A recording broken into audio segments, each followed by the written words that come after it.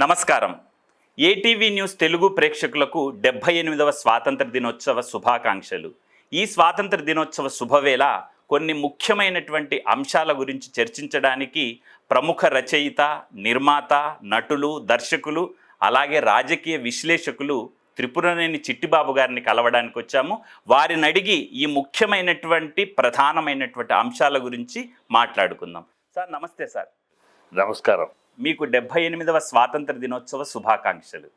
అలాగే మీకు ATV news Telugu ప్రేక్షకులకు, యాజమాన్యానికి, ప్రతి భారతీయుడికి నా హృదయపూర్వక 78వ స్వాతంత్ర దినోత్సవ శుభాకాంక్షలు. భారతీయుల ముందు ఇప్పుడు ఎలాంటి సవాళ్ళు ఉన్నాయి? ప్రతి పౌరుడు వాటిని బాధ్యతగా ఎలా స్వీకరించాలంటారు?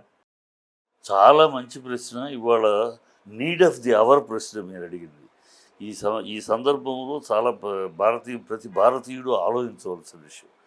ఇవాళ ప్రపంచం యావత్తు ప్రతి దేశము, అగ్రదేశము, చిన్న దేశము కూడా అనేక సమస్యలతో యుద్ధ వాతావరణంలో ఉంది.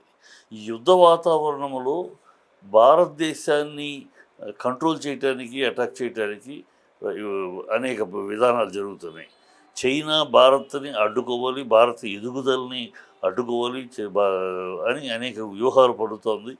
నా దేశం బంగారు పండిన భాగ్యం నిండిన మంగళ భారతదేశం, సస్యశ్యామల సుందర దేశం నా దేశం, వేదాలు పుట్టిన దేశం నా దేశం, అనేక మతాలకు పుట్టిల్లు నా దేశం, ప్రపంచానికి గణితంలో సున్నానిచ్చిన దేశం నా దేశం, అనేక శాస్త్రజ్ఞులు మేధావులు నడయాడిన భూమి నా దేశం.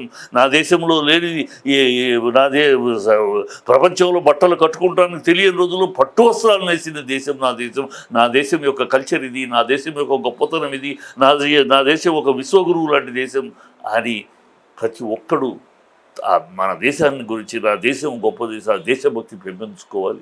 ఆ దేశభక్తి పెంపొందించినప్పుడే ఏ దేశమైనా, ఈ చరిత్ర చూసుకోండి, చరిత్రలో ఏ దేశమైనా మనగలిగింది, ముందుకెళ్ళగలిగింది, నడయాడగలిగింది, విజృంభించగలిగింది అంటే ఆ ప్రజల దేశభక్తి.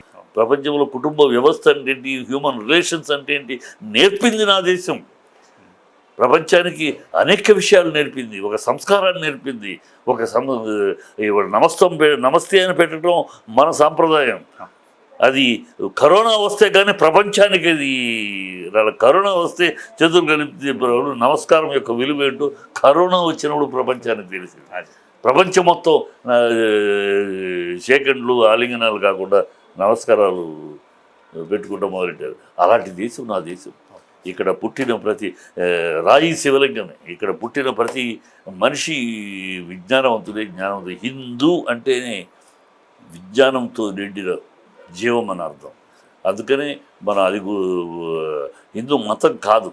మా Hindu is not a religion, Hindu is a way of life. నేను భారతీయులను సగర్వంగా చెప్పుకోవడానికి ఇష్టపడతాను. నేను భారత సంస్కృతి సాంప్రదాయాలని కట్టుబడి ఉంటాను. నా దేశం ప్రపంచానికి విశ్వగురువుగా ఉంది. విశ్వగురువు లాంటి నా దేశాన్ని నేను ప్రేమించుకుంటూ కాపాడుకుంటూ ఉంటాను. ఏ ఇతర శక్తులకి, దుష్ట శక్తులకి నా దేశాన్ని భ్రష్టు పట్టించాలని, నా దేశాన్ని ఇబ్బంది పెట్టాలనే శత్రువు ఎంత ఉన్నా బయట ఉన్నా వాళ్ళని త్యజిస్తాను. జాతీయ సమైక్యత, సమగ్రత గురించి ఎన్డీఏ ప్రభుత్వం ఎలా కృషి చేస్తోంది, ఇంకా ఎలాంటి కృషి చేయాలంటారు? ఇప్పుడు ఎన్డీఏ ప్రభుత్వం ఆ విషయానికి వస్తే, ఇప్పుడు గ్యాస్ సిలిండర్ సబ్కా సాత్, సబ్కా వికాస్, సబ్కా విశ్వాస్, సబ్కా ప్రయాస్, ఈ 4 వినటానికి ఒట్టి స్లోగన్లు అనుకోవచ్చు కదా, కానీ ప్రాక్టికల్గా జరుగుతుంది. ఇప్పుడు గ్యాస్ సిలిండర్స్ ఇచ్చినప్పుడు మతము, కులము సంబంధం లేకుండా డౌన్ ట్రాడన్ ఎవరైతే ఉన్నారో వాళ్ళందరికీ వెళ్ళింది. వాళ్ళు ఎవరో అనేది చూడకుండా ఆ సిస్టమ్ పెడతారు. ఇది చాలా మంచిది. ఇది కావాలి దేశానికి. మన దేశం సెక్యులర్ దేశం. సెక్యులర్ దేశం అనేదానికి విపరీత అర్థాలు తీసి, రాజకీయంగా తప్పుడు అర్థాలు తీసి తప్పుడు జరిగింది గతంలో. ఇప్పుడు అలా కాకుండా నిజమైన పద్ధతిలో జరుగుతున్న దాన్ని రాజకీయంగా రాజకీయంగా దాన్ని అది జరగటం కూడా ఇష్టం లేని శక్తులు కొన్ని ఉన్నాయి.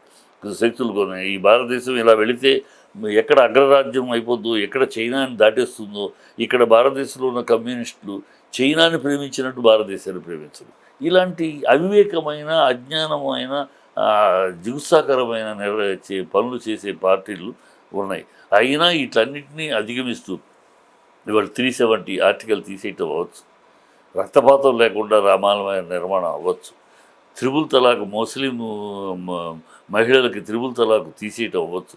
ఇవన్నీ అవసరమే.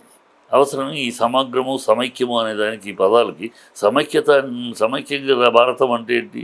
అందరి సమస్యలకి పరిష్కారం కాదు, ఒక్క హిందువుల సమస్యలకు మాత్రం చేసేసి we have solve the issues అంటే కాదు. హిందూ, ముస్లిం, క్రిస్టియన్ అందరికీ ఉన్న సమస్యలు అది చేస్తున్నాడు. ఇక్కడ ముస్లిమ్స్కున్న పట్టి పీడిస్తున్న సమస్య త్రిబుల్ తలాక్. మన ఆడపిల్లలకి, హిందూ ఆడపిల్లలకు, క్రిస్టియన్ ఆడపిల్లకి ఆ సమస్య లేదు. వాళ్ళకి ఊరినే కోపం వస్తే తలాక్లు ఒక పదాన్ని 3 సార్లు అంటే వాళ్ళ జీవితాలు అయిపోతాయి. అది కానివ్వకుండా అది నేరం అని చెప్పి అది చెల్లదని చెప్పి తీసుకొచ్చిన చట్టం తీసుకొచ్చాడు. ఇవాళ అట్లా అంటే ఒక్కొక్క దీంట్లో అలాగే క్రిస్టియన్స్ కూడా అనేక సమస్యలు వాటిని అన్నిటినీ పరిశీలిస్తున్నారు. వాళ్ళకి మత మార్పిడుల మీద చట్టం, క్రిస్టియన్స్కి వచ్చాడు మత మార్పిడి మీద కఠిన శిక్షలు అంటున్నారు. కఠిన శిక్షలు, మత మార్పిడులు అనేది ఎలా జరుగుతుంది, ఎందువల్ల జరుగుతుంది, అది కూడా స్టడీ చేయాల్సిన అవసరం ఉంది. ఎందువల్ల జరుగుతుంది? మత మార్పిడులు ఊరినే జరగట్లేదు.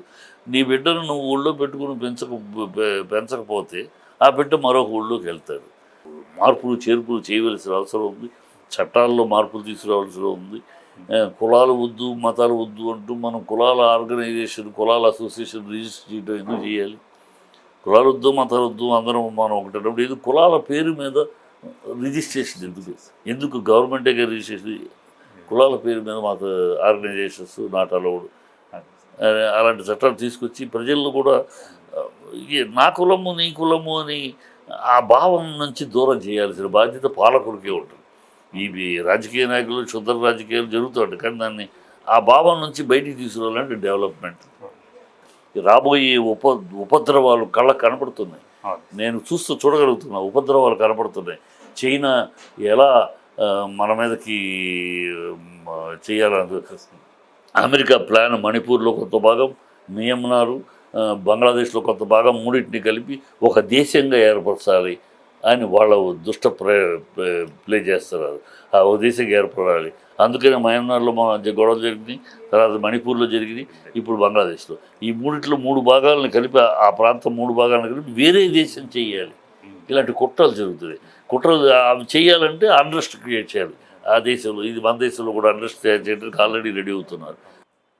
ఇదండి, చూశారు కదా, త్రిపురనేని చిట్టిబాబు గారు ఈ యొక్క ప్రధానమైన అంశాల మీద ఎంత అద్భుతమైన విశ్లేషణ చేశారో. ఎలా అనిపించింది? మీ తాలూకు అభిప్రాయాల్ని ఖచ్చితంగా కామెంట్ రూపంలో తెలియజేయండి. మా ఈటీవీ న్యూస్ ఛానల్ని మీరు తప్పకుండా ఆదరిస్తారని మనస్ఫూర్తిగా కోరుకుంటున్నాను. లైక్ చేయండి, కామెంట్ చేయండి, అలాగే మీకు నచ్చినట్లయితే మీ మిత్రులకు షేర్ చేయండి. సబ్స్క్రైబ్ చేసి పక్కనే ఉన్నటువంటి బెల్ ఐకాన్ని క్లిక్ చేయండి. మీ అందరికీ మరొకసారి 78వ స్వాతంత్ర దినోత్సవ శుభాకాంక్షలు. ధన్యవాదాలు.